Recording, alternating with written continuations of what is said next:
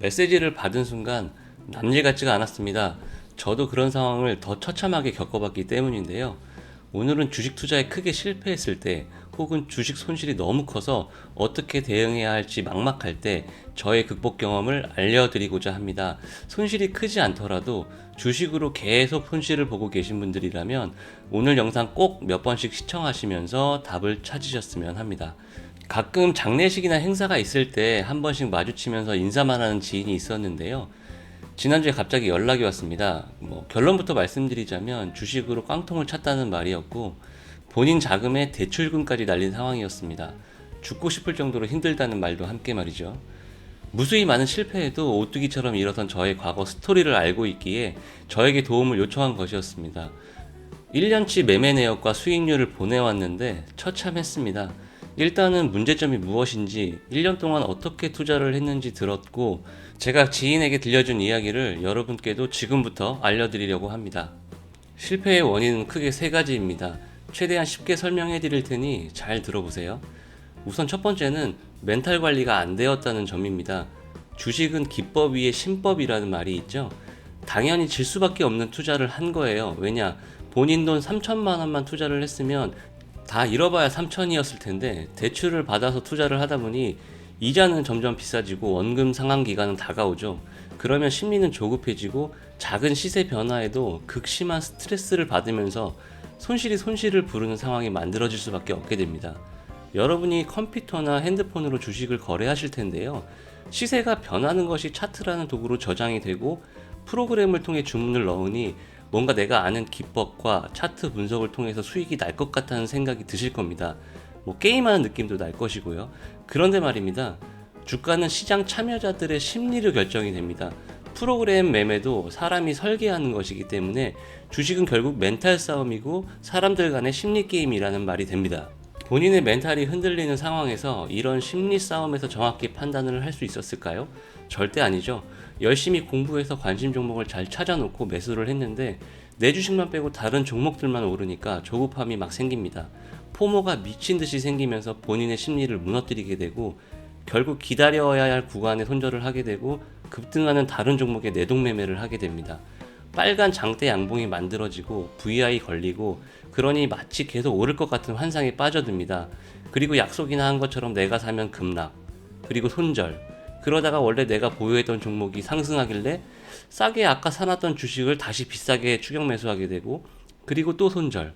이런 패턴이 만들어집니다. 저도 많이 그랬으니까 너무 잘 알죠.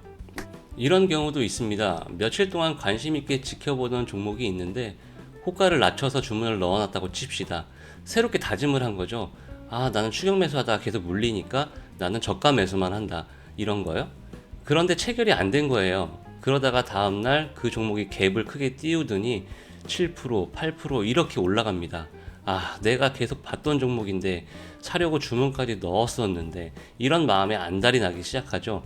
분명 어제만 해도 만원에 살 수 있었는데 지금은 막 11,000원, 11,100원을 향해 가고 있습니다. 제발 만원까지만 다시 내려와라, 내가 사줄게. 하지만 주가는 야속하게도 계속 오르죠. 속은 더 타들어가고요. 그러다가 결국 VI 걸리기 직전에 확 삽니다. 전형적인 내동매매가 되는 것이죠.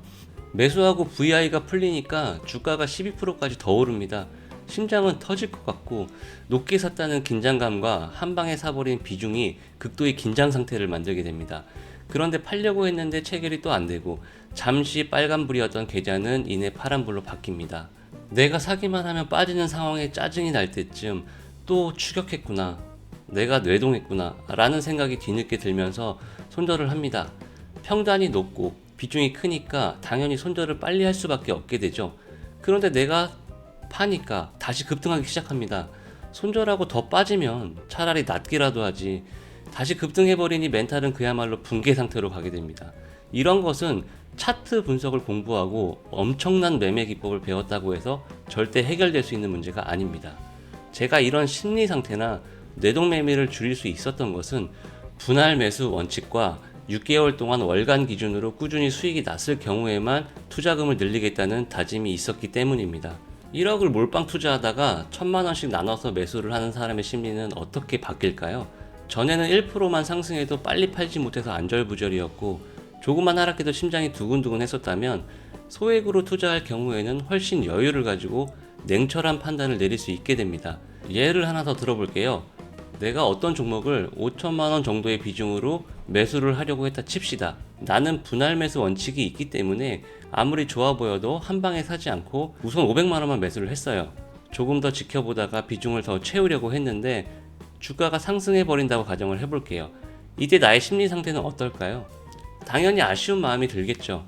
하지만 그 종목이 설령 VI에 들어간다고 하더라도 나는 계좌에 찍힌 수익률을 보게 되고 비중을 다 못 채웠기 때문에 수익금 자체는 아쉽지만 지금 매수는 비싸다는 생각을 하게 됩니다. 그만큼만 수익을 챙기면 되겠죠. 어떤가요? 전에는 급등할 때 사지 못해서 안달이었지만 지금은 달리 보입니다. 추격 매수나 내동 매매는 하지 않게 됩니다. 당연히 후회보다는 아쉬운 것이 훨씬 낫습니다. 그리고 그 첫 매수는 굳이 너무 싸게 사려고 하지 않아도 됩니다. 왜냐?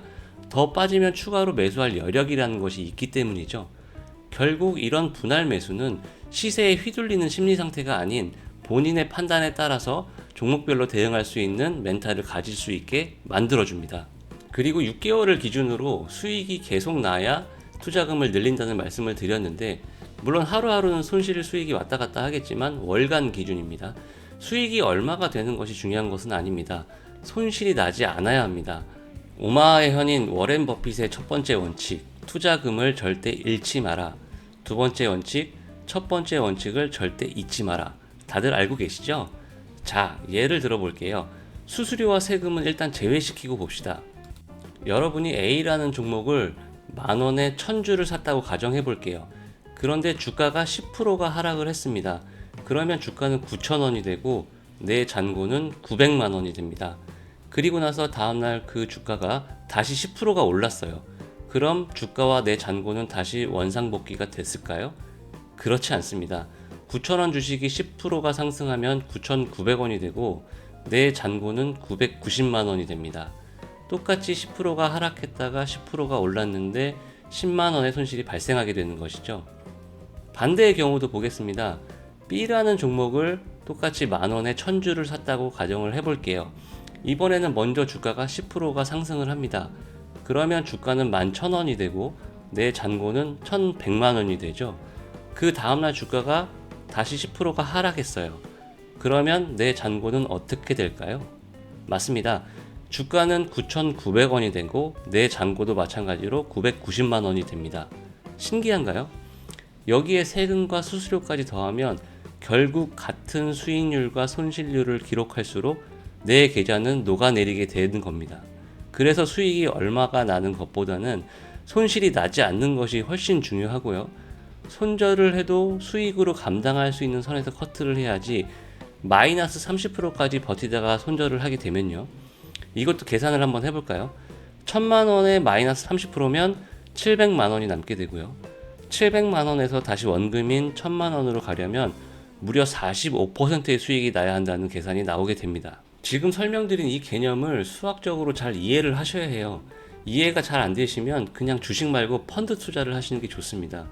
그래서 대출금이던 집을 빼서 투자를 하던 신용을 쓰던 그 레버리지 자체가 문제가 아니라 소액으로 손실나는 습관이 아닌 수익나는 습관을 만들어서 본인의 투자 멘탈부터 견고하게 다진 다음에 본격적인 투자를 해야 한다는 뜻입니다. 그것이 토대가 되어야 차트던 기법이던 단타던 스윙이던 넥스트 레벨로 올라갈 수 있게 되는 것입니다. 그래서 주식을 하루 이틀만 하고 말 것이 아니라면 너무 오늘 내일만 보지 마시고 1년 정도 본인을 성장시키는 데 주력하시기 바랍니다. 그 길은 제가 꾸준히 도와드리도록 하겠습니다. 간단하게 요약을 해드리면요. 매수 접근을 분할로 하게 되면 뇌동매매를 크게 줄일 수 있고 적은 수익금이라도 손절이 아닌 익절하는 습관을 만들 수 있다는 얘기입니다. 수익보다 손실에 집중하면서 6개월 이상 리스크 관리를 할 수 있다면 투자금이 나중에 커진다고 하더라도 작은 익절을 습관으로 무장한 강철 멘탈의 투자자가 되실 수 있을 것입니다. 오늘 영상이 생각보다 길어졌네요. 주식 투자에 실패하는 나머지 두 가지 이유에 대해서는 바로 다음 영상에서 알아보도록 하겠습니다. 오늘도 끝까지 시청해주셔서 감사드립니다.